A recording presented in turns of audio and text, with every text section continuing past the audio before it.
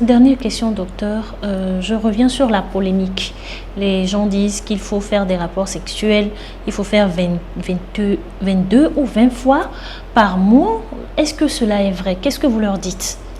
Alors, moi, ce que moi je dis, le vrai problème n'est pas sur les rapports sexuels. Nous avons des facteurs non modifiables. Les facteurs non modifiables sont plus prédominants.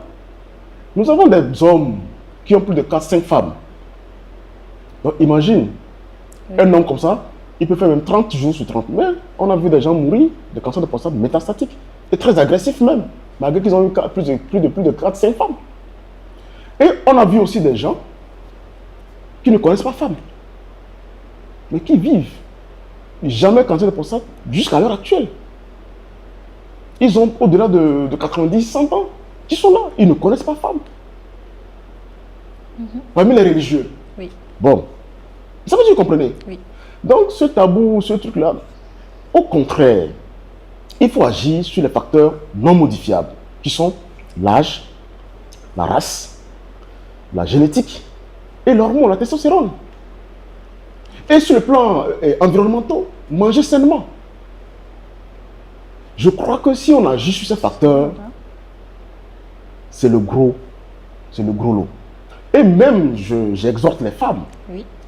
Les femmes, et parce que là, on va dire, ah bon, qu'est-ce qu'on peut faire pour aider nos maris à... Je sais que les gens font beaucoup plus allusion au rapport sexuel. Non.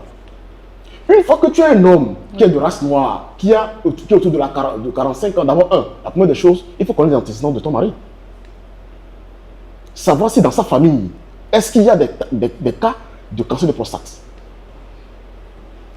Dès que tu as 40-45 ans, pousse-le pour aller consulter.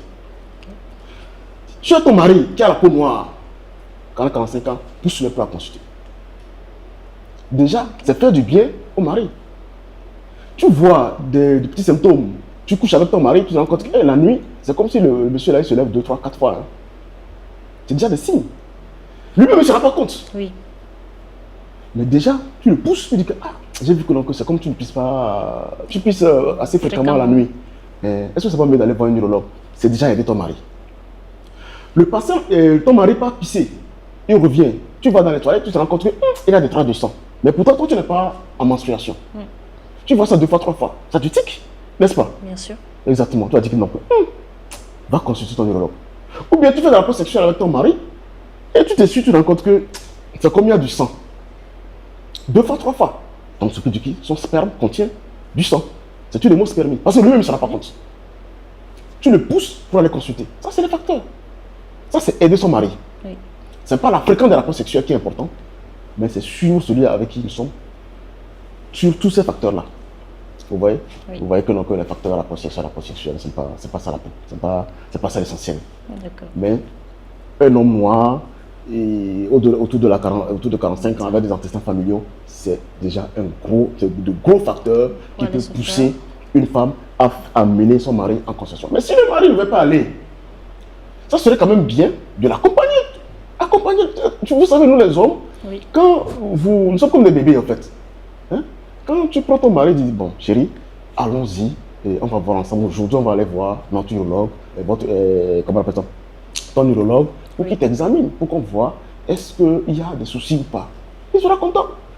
Ah oui. D'accord? Il faut que les femmes commencent par faire le dépistage, même à la maison, avant même d'arriver chez nous, les praticiens. Le meilleur cadeau qu'une femme peut offrir à son mari, un mari qui a déjà autour de 45 ans, oui. C'est d'amener son homme, son mari, chez nous à Dr Lafia, pour faire le dépistage du cancer de prostate.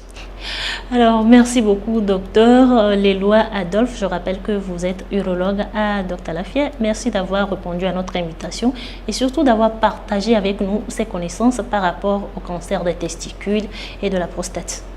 Je vous remercie. D'accord. Alors à vous, cher public, j'espère que vous avez entendu et surtout bien compris ce que le docteur a partagé avec nous. Le cancer de la prostate ou des testicules n'est pas une fatalité. Alors allez vous faire consulter et si vous avez ce cancer, traitez-vous. Merci de nous avoir suivis. À bientôt. N'oubliez pas de vous abonner.